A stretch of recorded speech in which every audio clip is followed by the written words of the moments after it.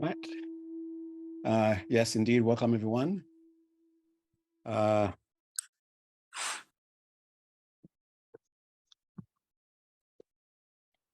going to meditate for about 15 minutes, about 15 minutes. It might be a little longer.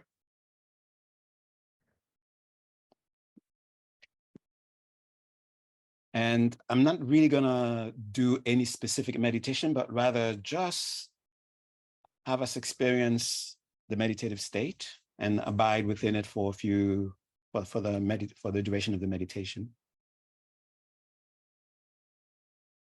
And the very first thing to do is to have a clear knowing that you are going to meditate. And as you hold on to that intention in your conscious awareness, allow your entire being to respond to this intention and be open to the response that your body is having. Oh, you're going to meditate. Okay, let me help you. And you begin to feel like hints coming from the body. Arrange your legs this way, arrange your spine this way, arrange your arms and hands this way. So just listen to that intelligence in the body as it guides you, making conscious conscious adjustments in the body with the legs. And once you feel confident in the posture, how the leg is, how the arms are, then you just connect with what you might call the beginning to touch the meditative state within the body itself, in the legs, in the torso, in the arms and shoulders, in the hands. Arrange the hands in such a way that if your attention goes to the hands will immediately be like a mirror reminding you you're not just sitting, you are meditating.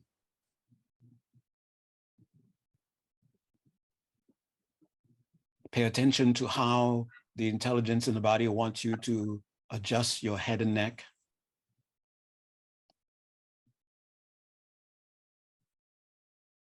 Be aware of how through these various adjustments that you're actually touching the meditative state. You're beginning to touch the meditative state, a sense of calm, a sense of pleasantness slowly arising in the body itself and touching other parts of your being. And just stay connected by continuing to be aware of these signs.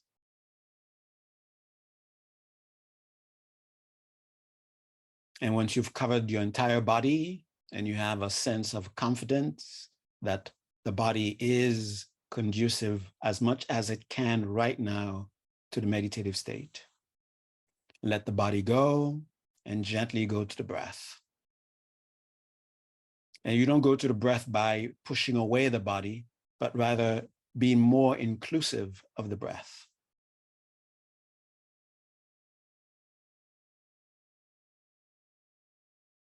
And for now, just be aware that you're breathing in as you are breathing in.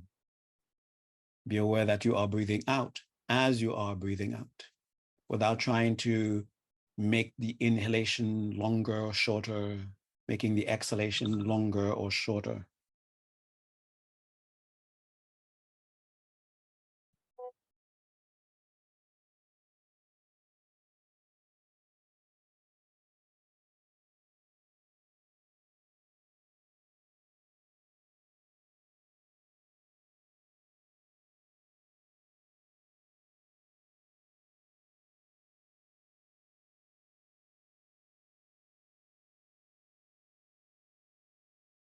And just like there's this palpable sense of touching something within the body, begin to feel that you're touching that space with the breath.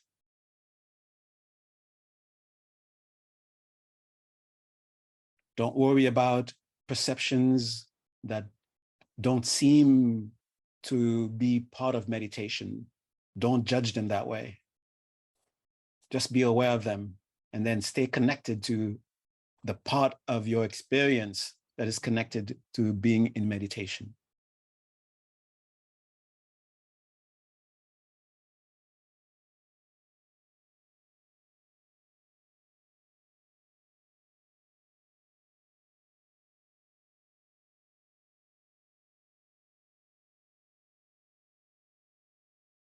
And we are still somewhat like an in-between, not quite in meditation, not quite out of it.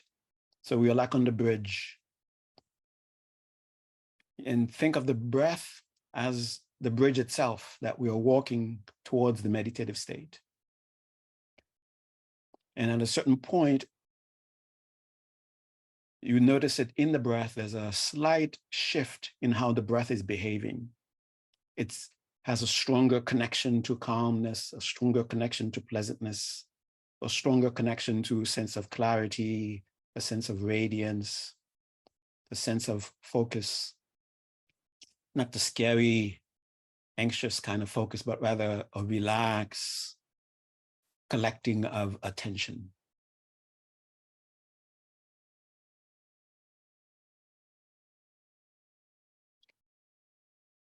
And we now reach the end of the bridge, and we're about to now fully commit ourselves to the meditative state itself. And the way we sort of make that commitment as a sign of committing ourselves to entering fully into the meditative state, we can either do it just with the will and the wish, and just let ourselves drop into the meditative state, or you can use the breath. Take a conscious, deep breath, breathing in deeply, and hold the breath for a second or two, and then release it. And as you release it, let go, let yourself go into the meditative state. As you let go of the breath, let go, let yourself go deeper into the calm, deeper into the pleasantness, deeper into the calm, deeper into the pleasantness, deeper into the clarity, deeper into the radiance, deeper into focus. Let yourself go, let yourself go, let yourself go. Notice in a palpable way how the pleasantness is stronger in the body, in the breath, in the mind. Notice how the calmness is stronger in the body, a bit stronger in the breath, stronger in the mind. Not necessarily complete peace, not necessarily complete bliss, but a stronger sense of calm, a stronger sense of serenity. As you notice that, rejoice. And as you rejoice, let yourself go deeper, let yourself go deeper.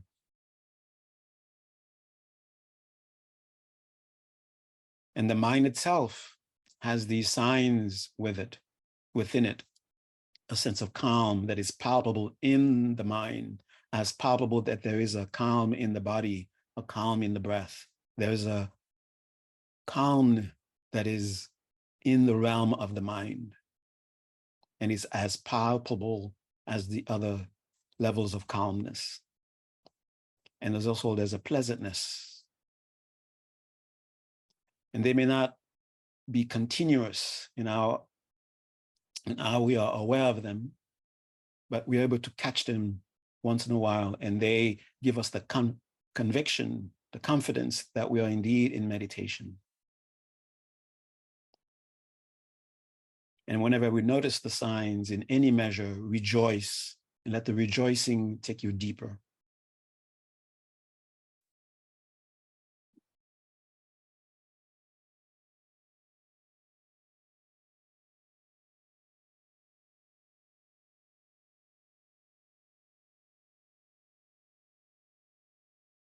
And as we let go, the mind is becoming freer and freer, and this free experience of the mind is the clarity becoming clearer and clearer. And as it becomes clearer and clearer,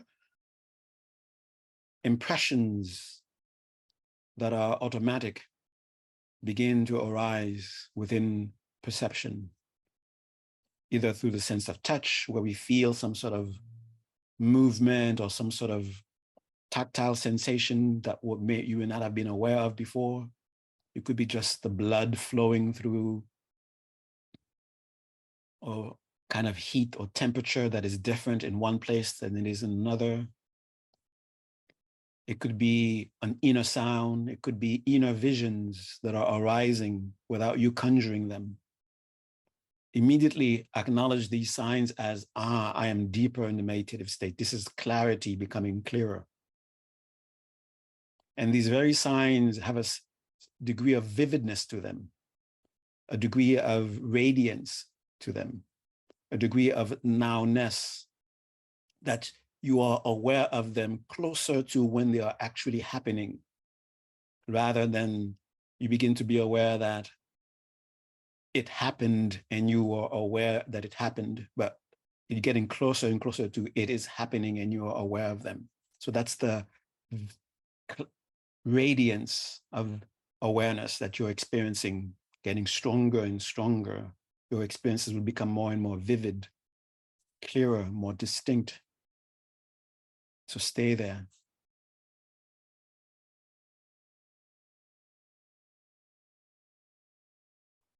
And one thing that we can do to sort of stabilize where we are is to, again, bring awareness to the breath and take conscious breath. So we can take 3 conscious full breath.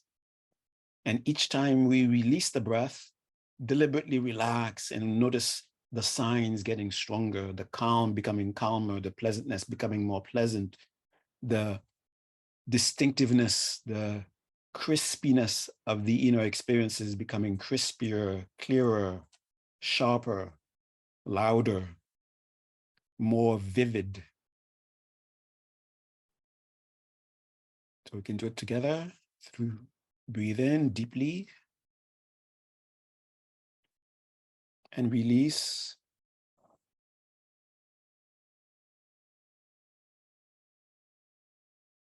Notice the inner signs getting stronger, rejoice. Stay in the depth that you've reached. While you're staying in that depth, take another deep breath, staying in that depth, staying in that depth. And again, release, let yourself go deeper, deeper into the calm, deeper into the pleasantness, deeper into the clarity, deeper into the radiance, deeper into the focus. Staying in that depth, staying in that depth. Again, another deep breath in, staying there. Notice how you skillfully breathe, trying to stay in the depth. And again, let go. Let yourself go deeper into the calm, deeper into the pleasantness, deeper into the clarity, deeper into the radiance, deeper into focus.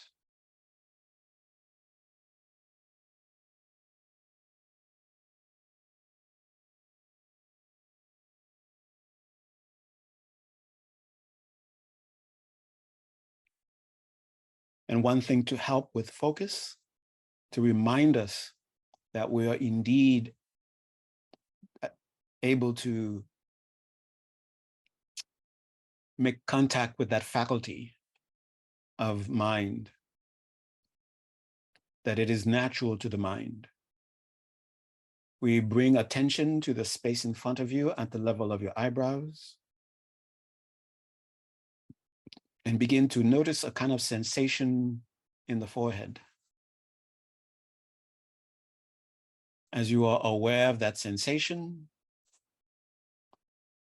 ascribe to that sensation as being an indication of your natural ability to focus. So when doubt arises within you about your natural focus, bring attention back to that sensation, whatever it may be for you: pulse, pressure, heat, tingling, magnetic, however you feel it.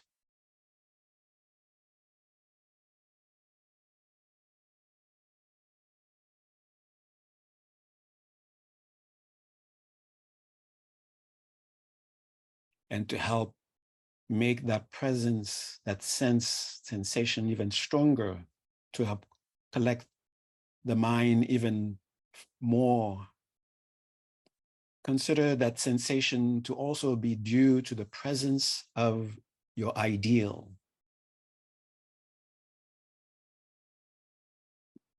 Your ideal appearing to you as a perfect guide,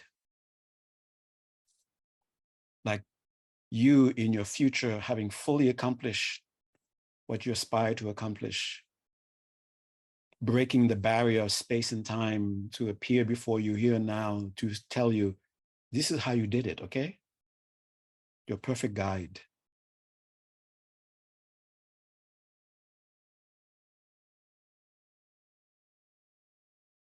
And towards that guide, have a deep sense of reverence, a deep sense of respect and trust.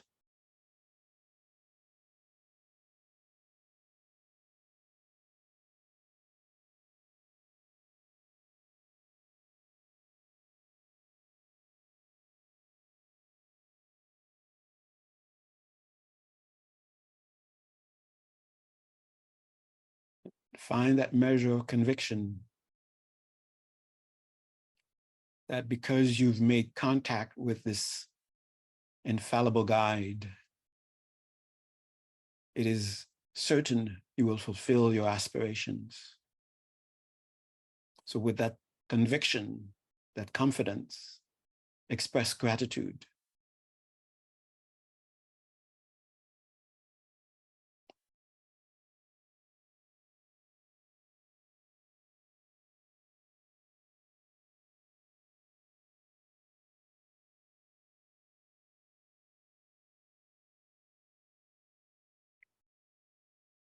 And for the next minute or two or more, we are simply going to allow our attention to rest on this thought.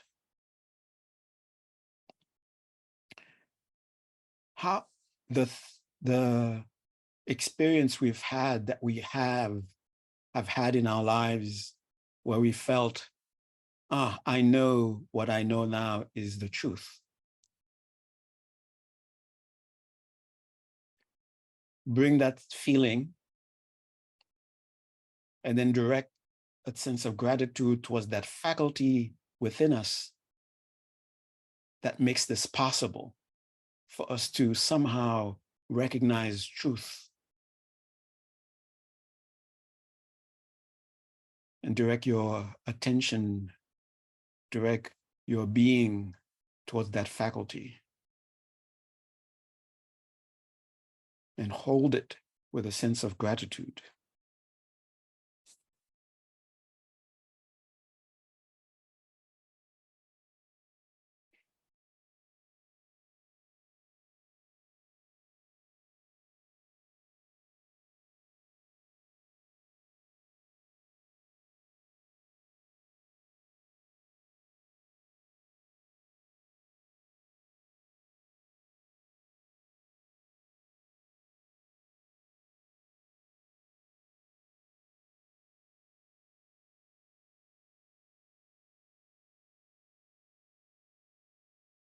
You lose it, you relax, you go back towards it, you feel it, you stay with it,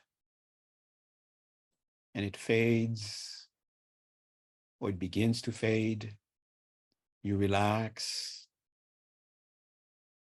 conjure it up, stay with it, and keep it as fresh as you can.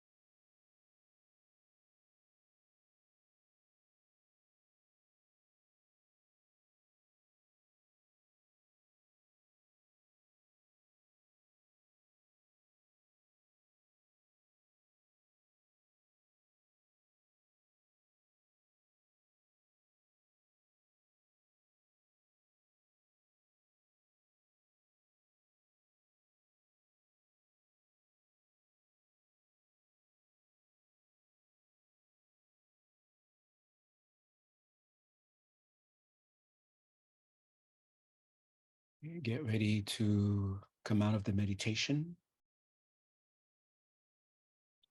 First, recognize that you are indeed in a meditative state. Look at the signs and rejoice wherever they may be, in the body, in the breath, in the mind, the calm, the pleasantness, the degree of clarity, the degree of radiance, the degree of focus. Noticing them in whatever measure that they are present, rejoice, and dedicate the meditation for that faculty to be present and be able to give you the gift of understanding.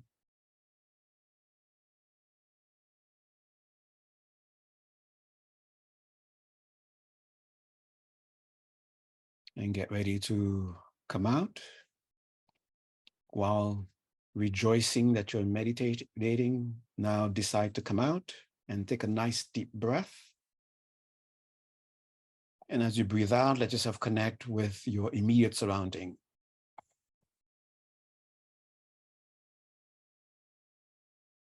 And deliberately, consciously reconnect with your body, tactile sensation. Notice your environment through your sense of touch, through your sense of hearing, and through your sense of sight.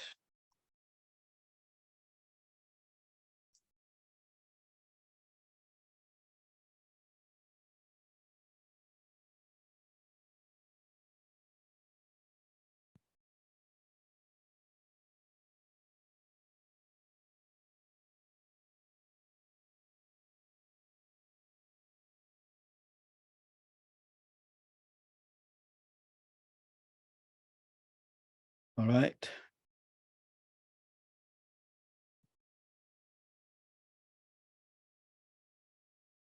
All right, so it lasted a bit longer than, definitely a bit longer than 15 minutes. But I did say it may last longer. All right. Last time we talked about ignorance, and the approach was not from a philosophical, abstract way of talking about ignorance, but in the way that in our everyday life, in our everyday interaction, that our ignorance is present, and how it is affecting our relationships, how it is affecting our relationship with ourselves, relationship with the people we encounter, and of course, with our relationship with our environment, and how ignorance can actually interfere in our relationships, where we may hold certain what we think are high ideals, and yet we are ignorant of what is really present, what is really at play. And we have this fantasy about this high ideals that we think that we are living, but actually we are unaware of what is really present, what is really motivating our actions, our interactions, and we end up behaving in very unskillful ways where we harm our relationships, whether it's our relationship with our own selves or relationship we have with other people, or even relationship we have with our environment. Okay. And the purpose of doing that is not just to become sad and become depressed and discouraged, but rather to begin, actually, this is the journey of wisdom itself. The journey of wisdom begins by recognizing and acknowledging our misunderstandings. Okay. Ignorance isn't simply not knowing, but rather it is an active misunderstanding. I have a misunderstanding about someone, about how we are relating, about how I present myself, and I act on that misunderstanding. And of course, the reason that misunderstandings are considered to be poisons is because they damage relationships. They don't help relationships. They damage relationship. If misunderstandings were innocent, then there wouldn't be a need for wisdom. It is because misunderstandings are poisonous, because they damage ourselves, they damage our own image, they damage relationship that we have. That's why wisdom needs to come in so that we can begin to heal our relationships. Okay. Relationship with ourselves, and of course, relationship with other people and our environment. Relationship with reality, with our experiences. Okay. So when we become more and more intimately aware of, look at this misunderstanding, look at misunderstanding that I had in this situation, that I have about these situations, and you begin to witness how they are damaging what seems like in the very beginning there was this very wonderful thing that seems to be taking place, but somehow, some way, we behave in a certain way, we do certain things, or we begin to see a certain way that the relationship becomes damaged. Okay. Then this is the journey where we are no longer just living in the fantasy of, oh, I am this high-minded person or this high moral person, but rather we begin to just observe what is actually present. And when we begin to actually observe what is actually present, then we begin to actually, perhaps, I think the worst damage that ignorance does is that it puts a blinder on us that it doesn't even allow us to see the harm that we are doing. We might be harming someone and don't even realize, they can't see that we are harming them. And we think that there's something wrong with them. What is the matter with them? Why are they behaving this way? Here I am being the hero, doing the heroic deed, and then they're not evolved enough to understand and to take my superior way of relating. What's wrong with them? They have, and you want them to change so that they can match your high state. Okay. So I think this is the worst thing, the worst damage that ignorance does, is that it blinds us to the harm that we are doing. It harms us, it blinds us to the harm that we're doing to ourselves. It harms us, it blinds us from the harm that we're doing to others and to our environment. Because we are living in a fantasy. Now, when we allow ourselves to no longer live in that fantasy, and it takes a bit of effort, and it has to do with simply the wish to meet reality honestly. The wish to meet reality honestly. That is the beginning of the journey of wisdom. The wish to meet reality honestly. Okay. And when you begin, when you are harming and you are not aware of harming, and you begin to see, oh my goodness, I've been harming myself. I've been harming us. I've been harming this relationship. I've been harming my environment. It's not a pleasant thing to witness. And if you're not disturbed by it, then there's something wrong with you. But if you're disturbed by it, then there's something beautiful within you that you've touched. Okay. So to be disturbed when you realize that you've been harming, you participate in harming, being disturbed by that. When you witness someone is being harmed and you're disturbed, that disturbance is a sign that you are indeed on your way to wisdom. Okay.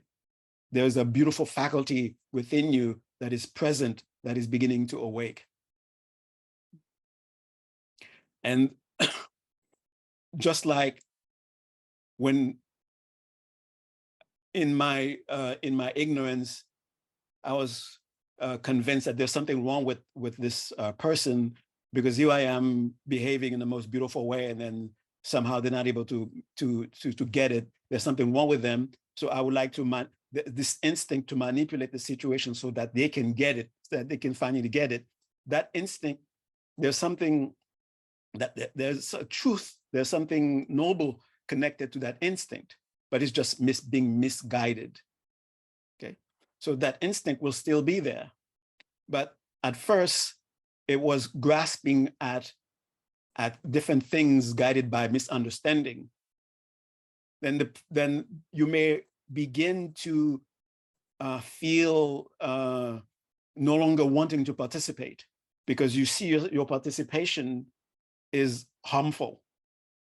So you want to restrain from participation. So that wish to restrain from participating and harming, that's also a very good sign. Okay. But what's actually happening is that you're looking for a different way of relating. You're looking for a different way of participating. You're looking for a means that is actually skillful in the sense that it will actually bring about a beneficial result for everyone involved. That's what being skillful means in this context, where your understanding and your actions are in such an alignment that they actually bring about a result that is desired meaning beneficial for everyone involved. Okay, even if it may have the appearance of being temporarily harmful, there's an understanding that it's a temporary harm that will eventually lead to a longer benefit, a longer term benefit. Okay, like a parent having wisdom. I've lived, I've experienced things, and what you're doing is going to lead you to harm. So in order for me to prevent you from getting this long-term harm, I will make you experience a harm right now. Like you do something, you take away something that makes them experience some sense of a harm, some discomfort. But this discomfort is not, the aim of it wasn't for them to just to experience discomfort, but to be restrained and then to be benefited later on. So that's where we are with ourselves. We are restraining from participating. We become just observers. And it's not going to be a pleasant place to be, just to be an observer, especially when we were actively trying to change things. And when we were actively trying to change things, it felt we were propelled by some noble endeavor. So we have to restrain ourselves. We have to hold ourselves back. We become just observers.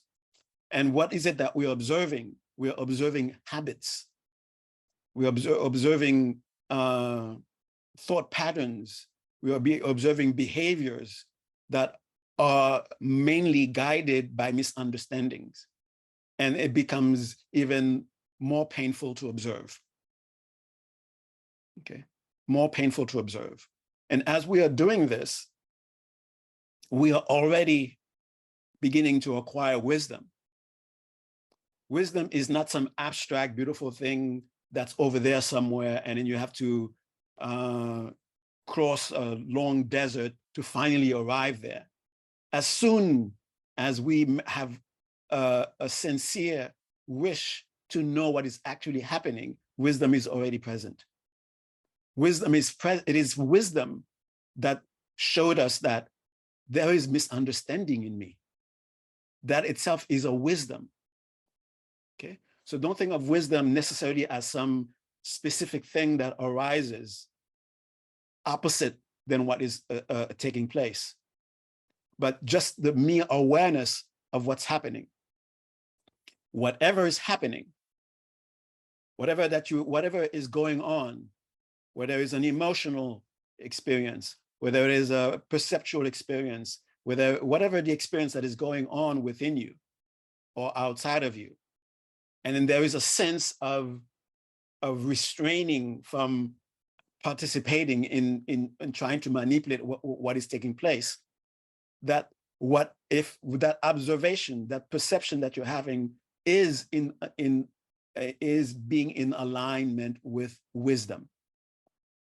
Okay, so don't think of, especially people who are spiritual, people who are, whether you're Buddhist or whatever it is, you think of wisdom is when you finally come to know some very distant thing.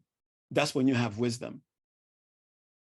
And for as long as we hold wisdom to be some far-reaching goal, it remains exactly that, of a never a goal that is far, that you can never reach, because we've just defined it, that thing that is far from me.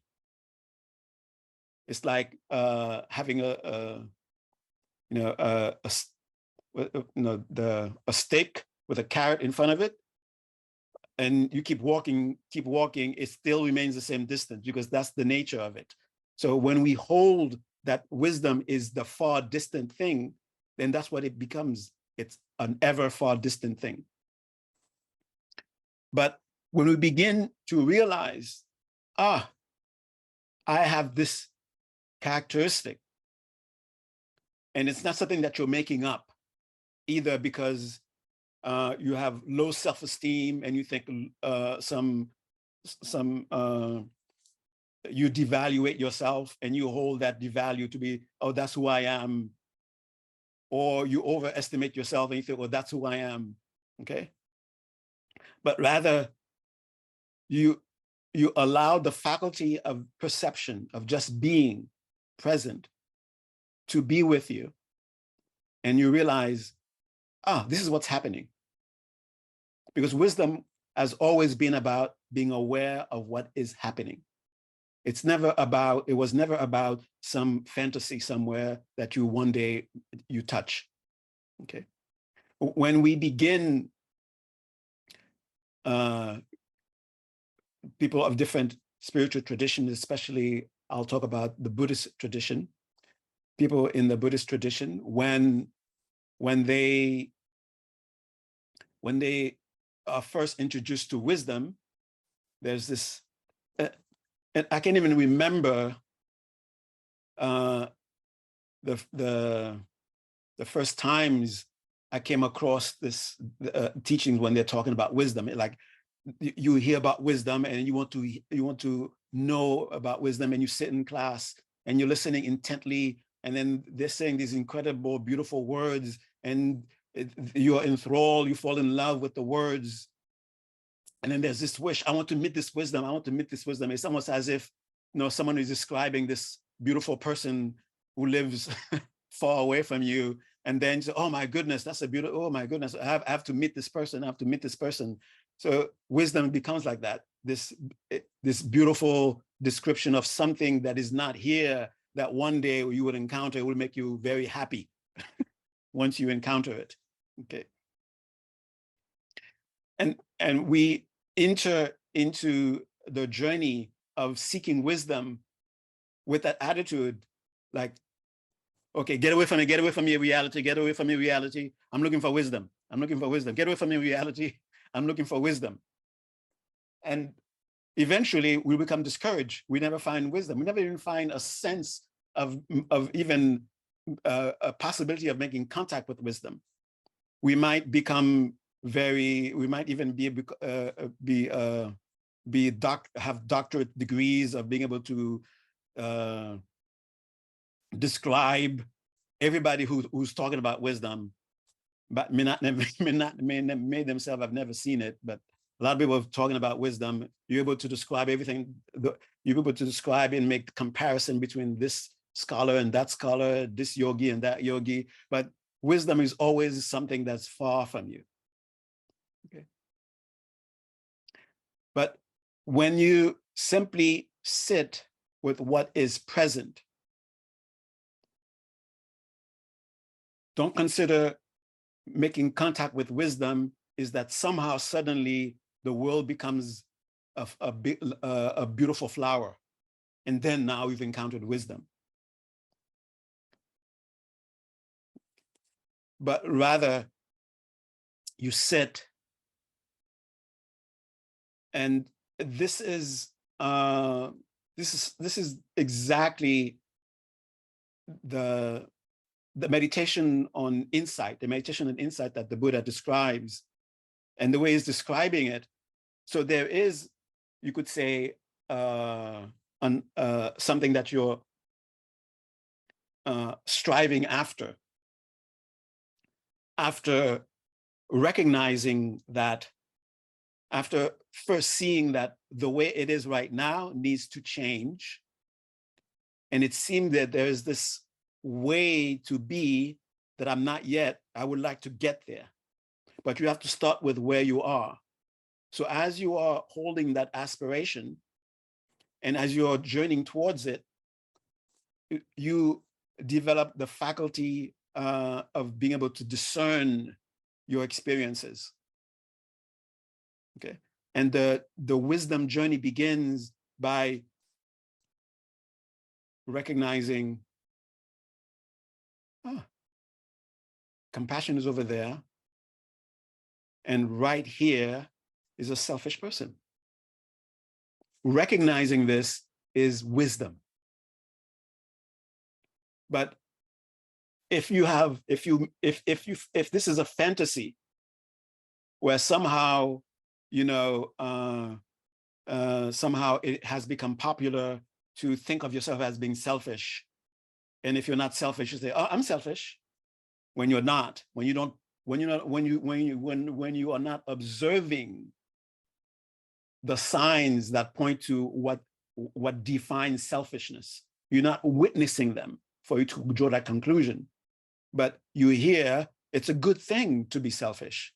So you say, "Oh, I have it," okay, without actually seeing it within you. And I'm using selfishness as an example because people don't actually aspire to be selfish.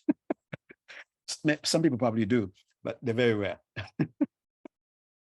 Okay, but the thing is, whatever is present, whether it is a pleasant quality, whether it is an unpleasant quality, you allow yourself to be present, to be aware of it. That very awareness of it, because it is what is present, that itself is wisdom. Don't think of wisdom as some foreign experience that you one day will acquire, but rather being fully present with what is. Okay. I am selfish.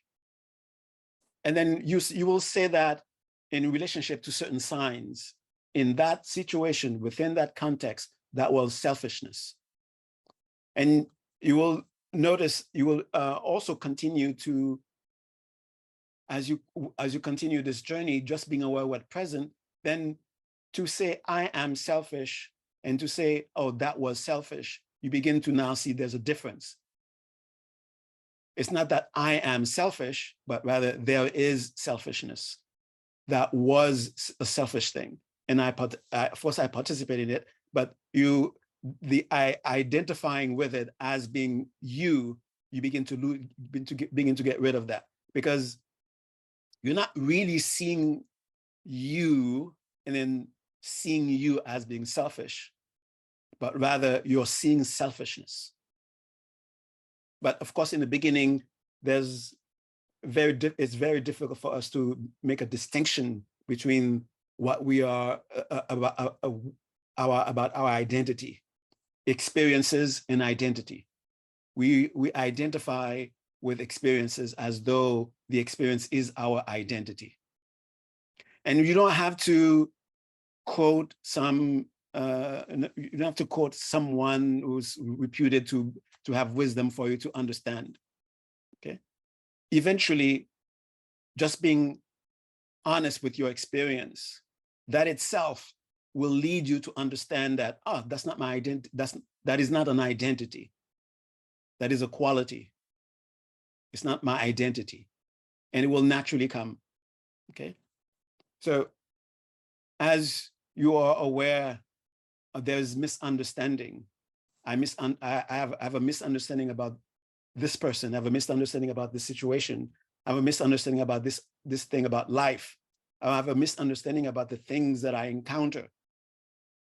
This misunderstanding, as I said in the beginning, will be an unpleasant experience to see your misunderstandings. But understand that this itself is wisdom. Seeing your faults as they are faults is wisdom. And the example that I started to mention with the Buddha is when he's describing meditation and the journey towards insight. And part of the experience of insight is as you are sitting there, perhaps you're meditating, and you recognize, I am distracted. While you are distracted, that is wisdom. I have unpleasant feelings, unpleasant emotions. I have anxiety. These are present.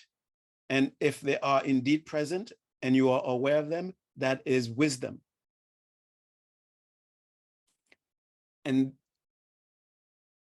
you are also will begin to recognize the qualities of these qualities. And that's when wisdom begins to, you could say wisdom begins to grow, wisdom begins to be more profound, wisdom begins to be deeper. So there's the surface level, just recognizing things as they are, whatever experience that you have, and you stay with them. And as we stay with these experiences, opening ourselves, opening our perception to the full range of what they present, then we begin to go deeper than the surface. We begin to recognize even things that seem on the surface to be completely opposite things. You begin to recognize they begin to recognize that there are qualities that they share. And that is another level of wisdom. Beginning to see how appearingly very different things share certain common qualities. Okay? I'm not going to tell you what those common qualities are supposed to be, okay? I want you to understand that the journey is not the journey of acquiring knowledge, but rather the journey of acquiring wisdom, okay? You may have an entire library of books talking about wisdom, and you have knowledge about wisdom, but not necessarily having any wisdom, okay? So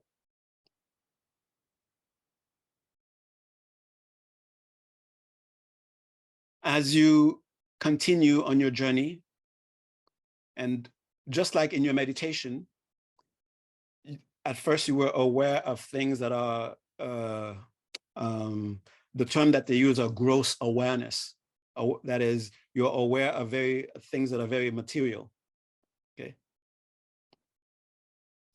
Then you don't push them away, but you acknowledge that you are aware of them, and you sit with that faculty of awareness. Then you begin to experience more subtle levels of your own consciousness, of your own faculty of awareness. And the subtle level of consciousness that is arising is now your tool to be able to perceive more subtle things. Like when you were meditating, there's my body. And then as you go deeper, you probably were aware of things happening within the body that you're not constantly aware of. That's itself more subtle level of consciousness. So in the same way, reality presents itself to you. And you could even say, recognizing, this is not reality presenting itself to me. This is my projection of what reality is. That itself is a beautiful wisdom. Okay. The thing to acknowledge about the journey of wisdom, you need ignorance by your side. You cannot have a journey that is called a journey of wisdom without ignorance by your side. Okay, that's why the way that it is presented in the philosophical way is okay, you're gonna hate me, okay? I'm gonna throw a little highfalutin. Okay. It is called gotcha, the object to deny. That's the direct translation of it. But even when we directly translate it into English, it doesn't really help. Okay. Now, when you're studying with your teacher, in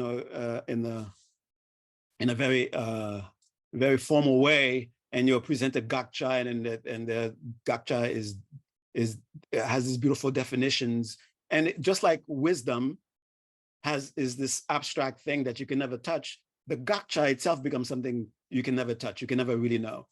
But it's actually, and this was something that Gyume Khenso Rinpoche, one of the teachers, presented. I said, whoa, that's what that was?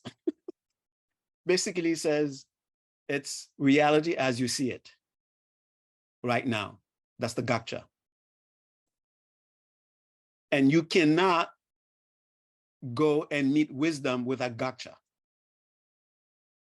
So you cannot have an experience of wisdom without knowing how you are seeing the world. And something that Matt presented earlier with when he was presenting emptiness, when he slightly threw the word emptiness in there, okay.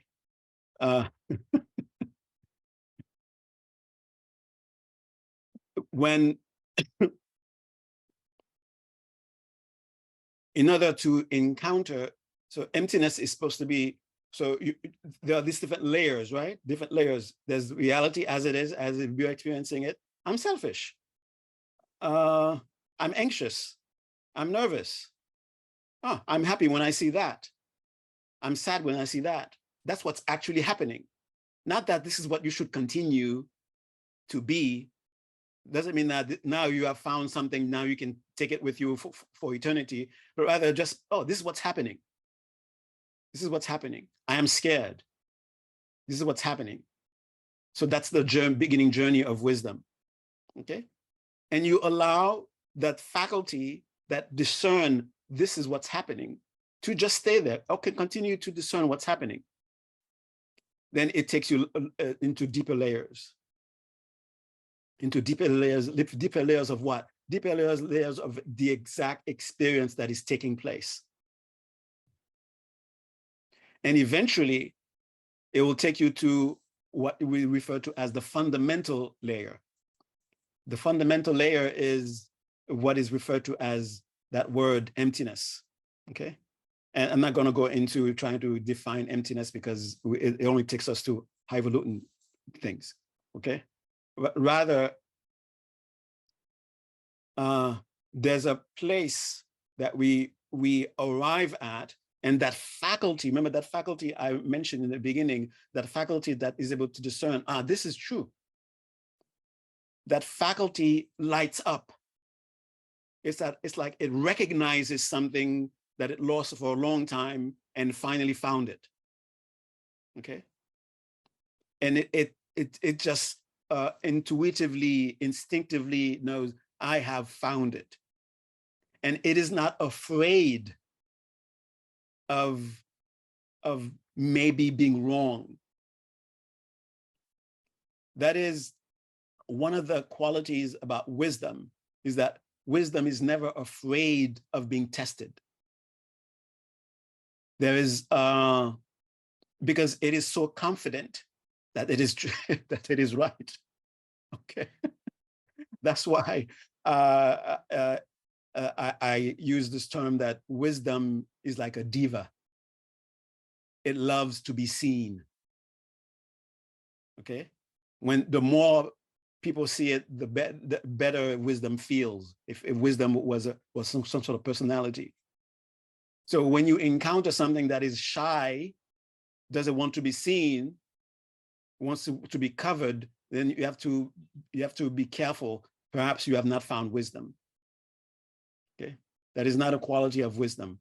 The quality of wisdom is not, it's not afraid of being tested. It knows that it is eternal. Okay, it's not afraid that it will die, that it will go out of existence.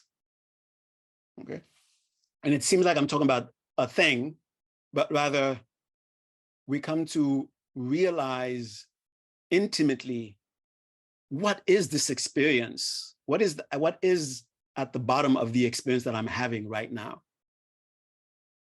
Okay. So with what Matt was talking about earlier, and here's the plug.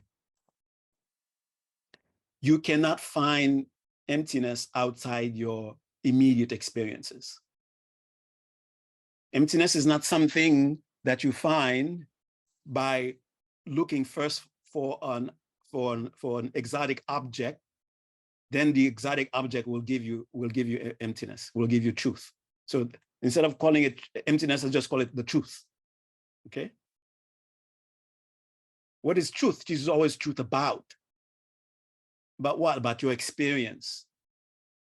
And there are different levels of that truth. And once we make contact with that truth, that is wisdom. When consciousness makes contact with truth at whatever level it is, that is what wisdom is. I am scared. That's what's actually happening. And I'm making contact with this experience. That is wisdom. That is a level of acknowledging truth. And what is it? What is actually happening? It is my experience. And then you might even say there are psychological levels of truth of it. Why are you scared of this experience? And just by staying with the fear itself, that's the gotcha, okay? The fear itself will tell you, will point to, this is my origin. This is why I exist. I exist because of this. And that level of knowing is wisdom also. So think of wisdom as having various levels.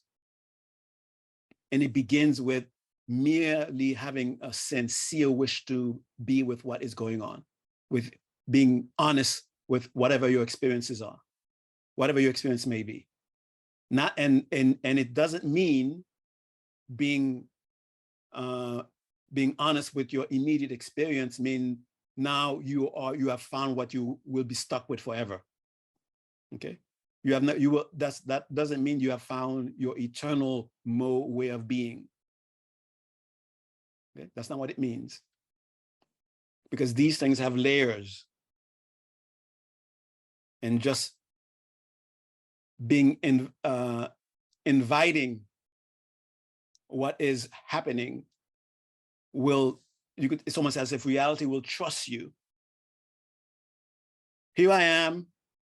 And then the first thing this is what ignorance does. Reality says, here I am. And the first thing ignorance does is say, put this on. I don't want to see you the way you are. Put this on. Okay, now let's go. Okay. But then reality begins to, in a sense, not trust us. So the deeper layers of it are not they're not evident to us anymore. But when we accept reality as it is, we don't cover it up with our misunderstandings. Then reality trusts us, and it begins to reveal more of its layers to us. And this is a highfalutin thing I have to say, because we just need to say it.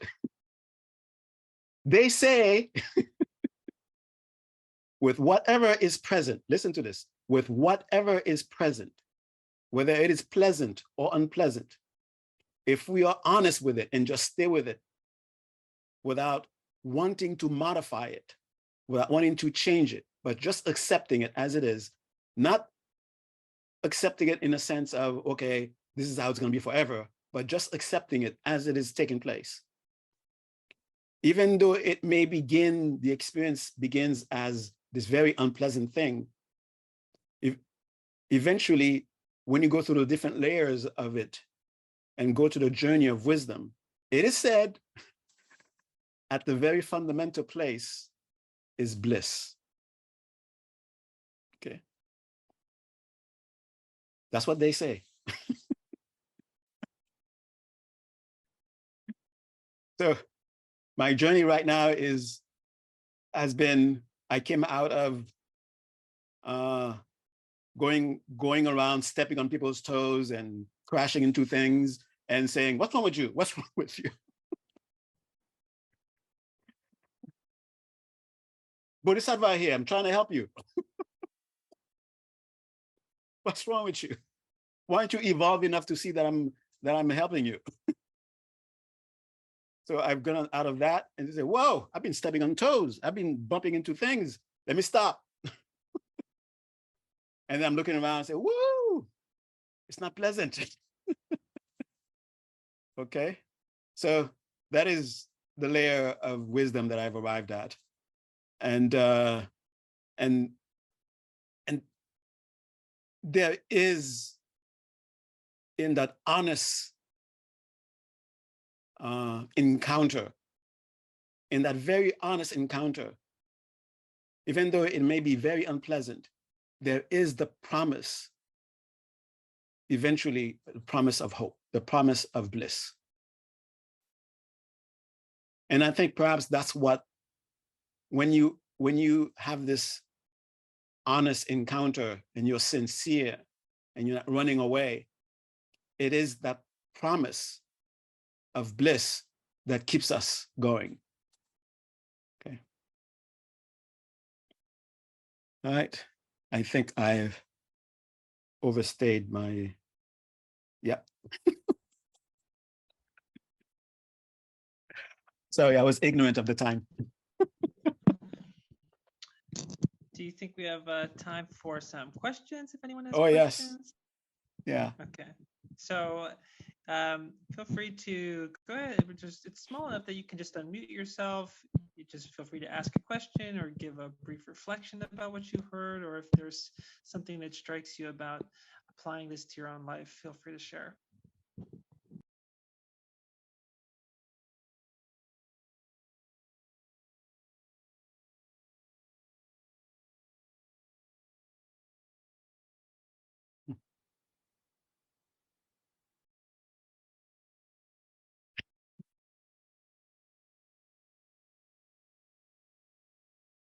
Okay.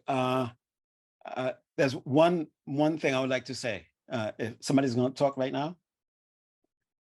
Okay. Yeah, it looks like we got a question. Yeah, go ahead. Real quick question. Using this on a daily, how do you keep yourself from bouncing around, or not even trying to keep yourself from bouncing around, but maintaining some level of balance, with wisdom and ignorance? Is that even a possibility?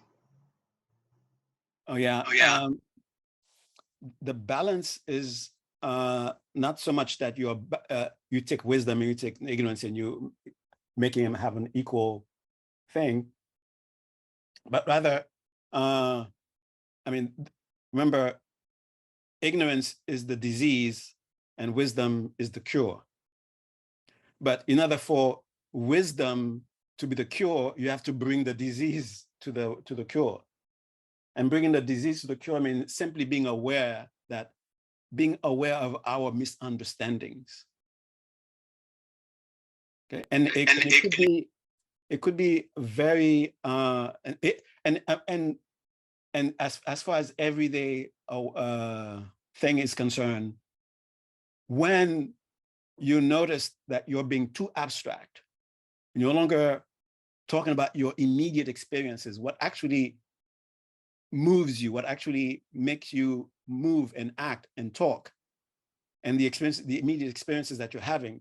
If your contemplation about ignorance, misunderstanding has nothing to do with that, then you've lost. Ignorance has taken you on a bad trip.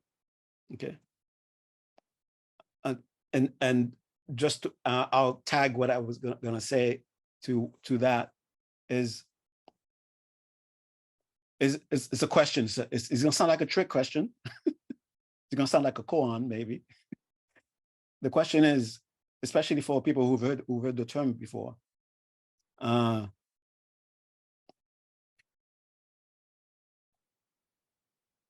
where is emptiness? Where is truth? Where is it?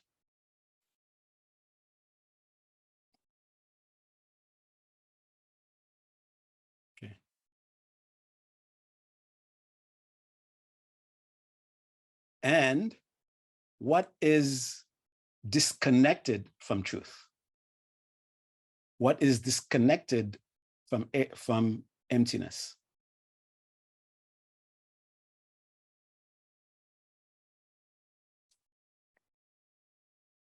And that question is about the journey. Where do you begin so you can find truth? You begin with your immediate experiences. Okay. So you will not find emptiness by meditating on a universe made of diamonds. Okay.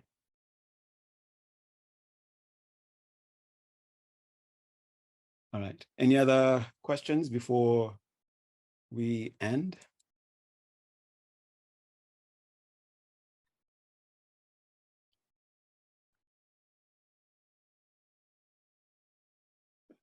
Okay. So, Oh, go ahead, Marisa.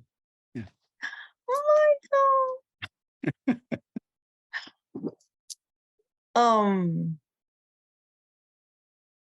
So so I'm thinking about when you're noticing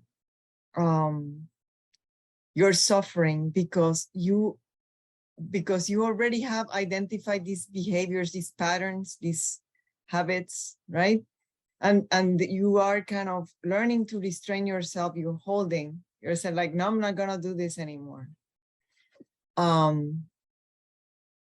You just name them. What are your strategies to keep retraining your heart? I mean, when in relationships, all others are also habituated to your past behavior. Yeah.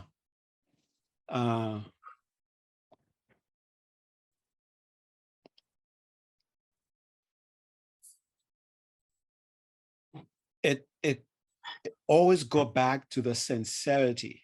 Always go back to the sincerity. The sincerity itself will be your best guide. It will be that which will actually bring about change if there's change that's needed.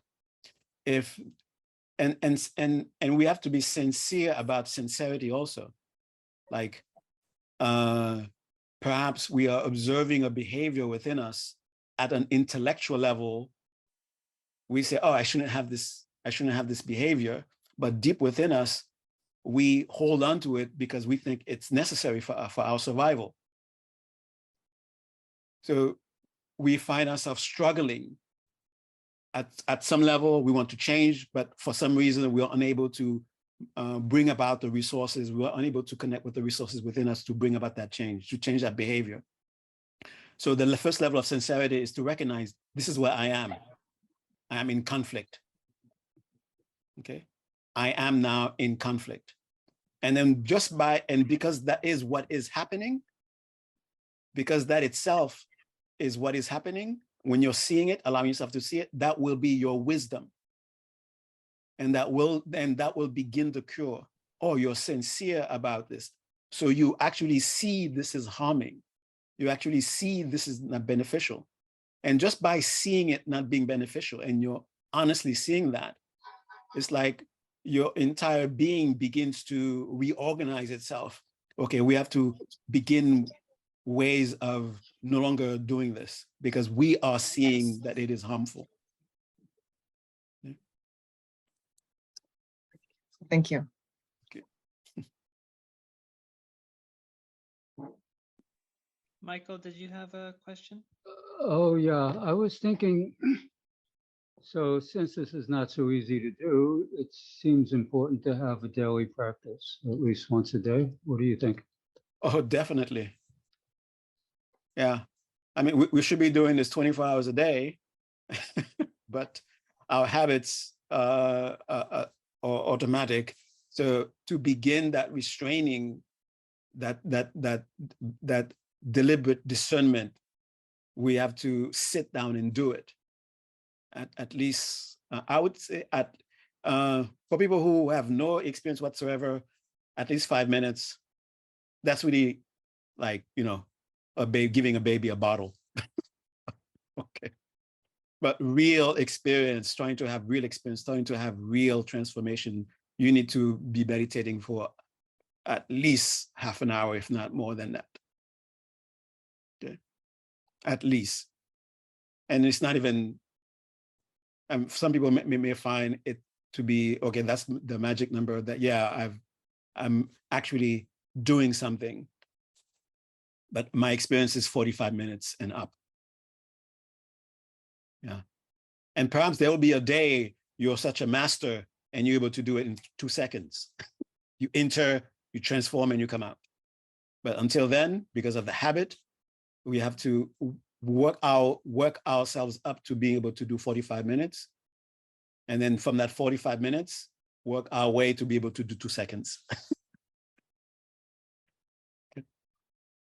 Actually, that is the path of those who, the Aryas, those who have seen truth directly. There are different levels of them, depending on the level of mastery. So a meditator who is able to meditate for a week, wow, that's a great meditator. Okay. A meditator who is able to enter into truth, that ultimate, that fundamental truth, and come out is immediately said to be more powerful. Okay. So see truth, be impacted by it, and then come out in the next second. That's a very powerful meditator. But to be able to get there, you have to first be able to meditate for a week. Okay.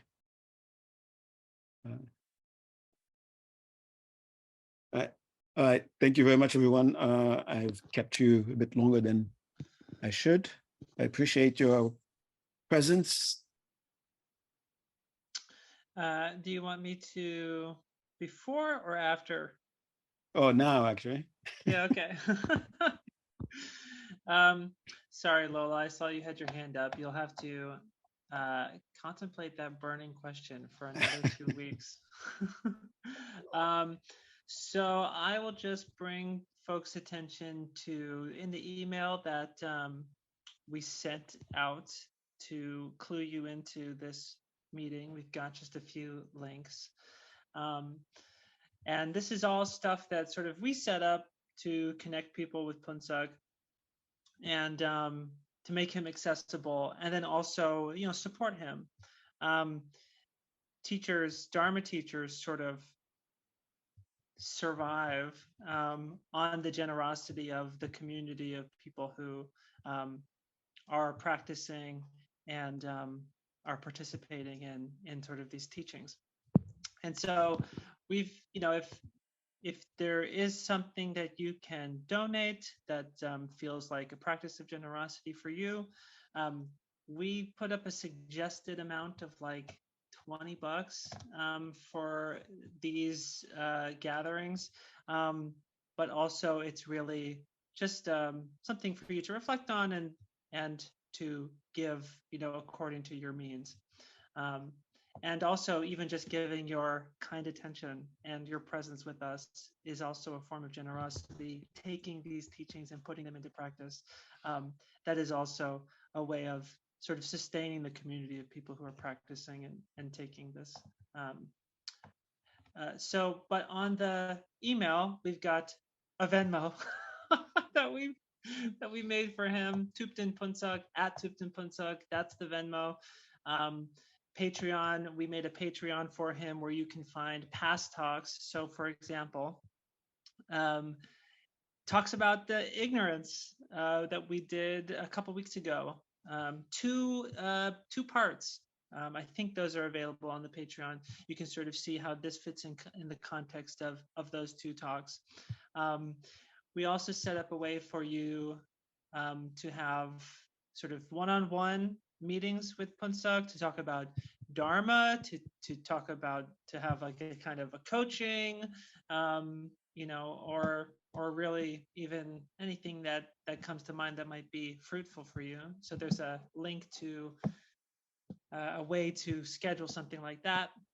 And then I guess I'll plug Liz's Samaya cushions thing. There's also a link for meditation cushions. Liz, who also was a really a wonderful support for these evenings, she also makes meditation cushions. And there's a 20% off code if you use Phuntsok. The link for that is also in. I don't know if Phuntsok gets a cutback of that. Do you? Or is that just for Liz's thing?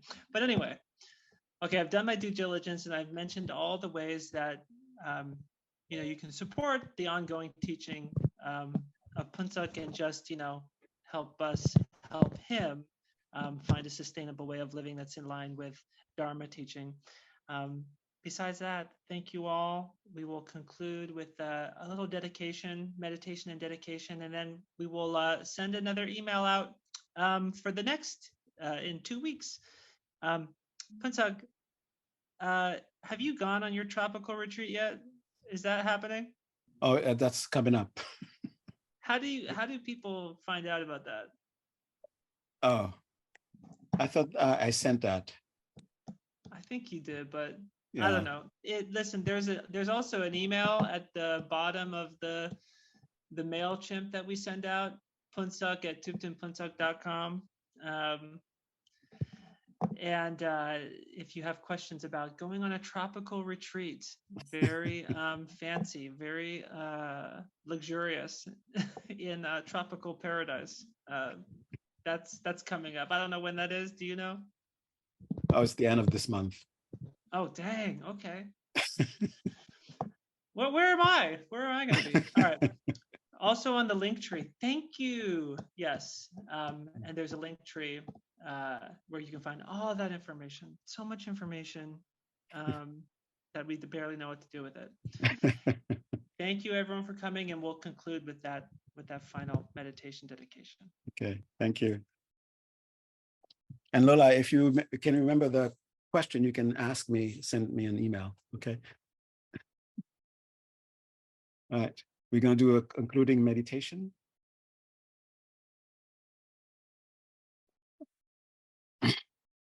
Especially when you're doing in a retreat, when you're meditating several sessions in a day, this is something to help you reconnect immediately. As soon as you sit down and you have the intention to meditate, just begin to reflect on the experience you had in the previous meditation. Just almost as my body was like that, my mind was like this, my breath was like this. Not forcing the experience, but just remembering them. And as you continue to remember them, you will find yourself sort of like aligning with the memory. And slowly you start to re-experience the meditation that you just had in the present moment. So it's a way to deepen your meditations. So just remember where you were in your body and begin to feel it in the body and then let go into it. Remember how it felt in the breath, and there's a slight taste of it, and go into the taste and let go. There's a recollection of how it felt in the mind, and there's a slight taste of the experience, and just let yourself go into the experience. Now that you are tasting the previous experience of the meditation, already you're deeper. And to stabilize and go deeper, then either make that willful intention or let the breath guide you. Take a nice deep breath. And as you release the breath, let yourself go deeper. Deeper into the calm, deeper into the pleasantness, deeper into the clarity, deeper into the radiance, deeper into the focus. And you begin to notice there's a particular signature, particular quality of experience that informs your whole being. This is meditation. Try to connect with it. It could be an inner sound. It could be a tactile, energetic experience. It could be some sort of emotional kind of experience. However you feel it, that tells you you're meditating, connect with it and stay with it.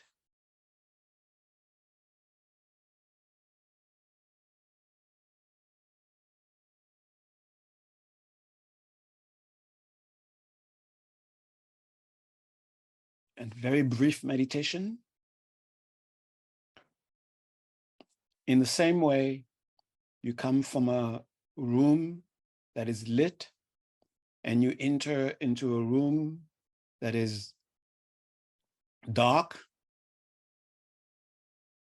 and you just stay there, allowing your eyes to be adjusted to the lighting. And slowly, slowly, you begin to see that there are things there. So with that same sort of attitude, whatever you're experiencing, think of it as you just entered into a dark room, and let your consciousness settle and let whatever is present begin to reveal themselves to you. And as soon as you become aware of something that you were not aware of before, rejoice, open up. And know that in this very experience, it is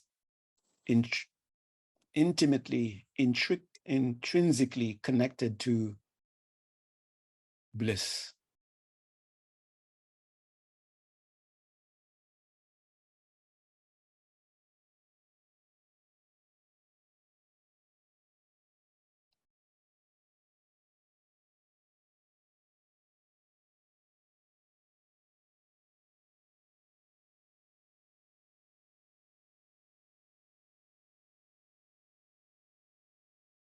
And for the Buddhists here, you would say, this is what is empty.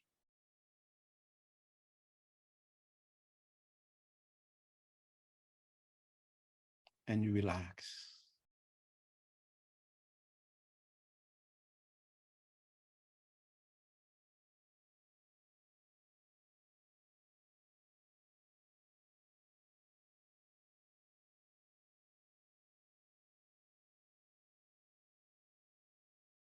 Reconnect with that faculty within us that is able to discern and be able to let us know you have found truth. Turn towards it. Be very grateful to it. Be very grateful to the gift it gives you tonight. The gift of whatever degree of understanding. It may not have been anything I've said, but somehow it triggered some sort of revelation for you. Be grateful to that within you.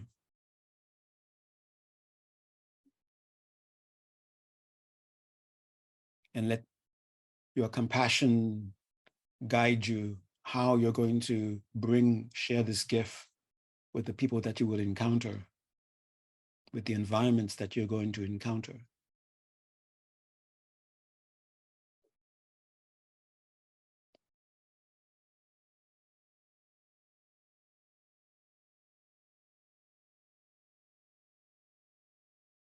As you think that, I'll say these Tibetan words.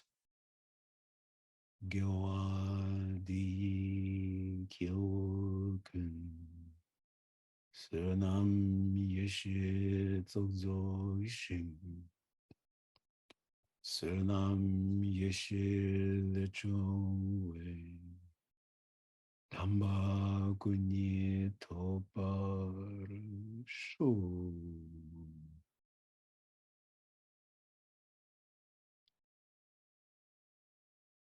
So whatever sincere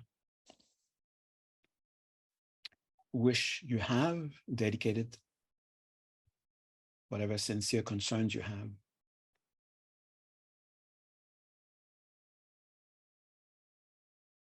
witness yourself in the meditative state, notice the signs, rejoice.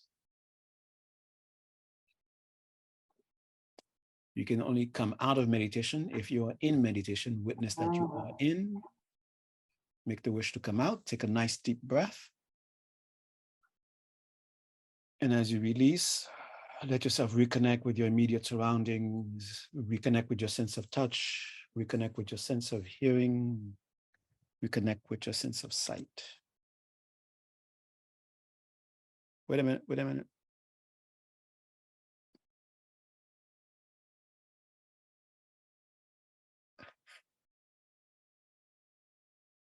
There's the bell. Thank you, everyone. Have a wonderful evening. Thank you. Thank you, And if everyone. a question pops up in your mind about this and sometime during the week, you can email me and then ask me. I know some people that I can ask. Thank you. Thank you. Thank you. Thank you, Matt. Thank you, Matt. Welcome. Bye, everyone. Bye. Bye. Thank you. Thank you. Bye.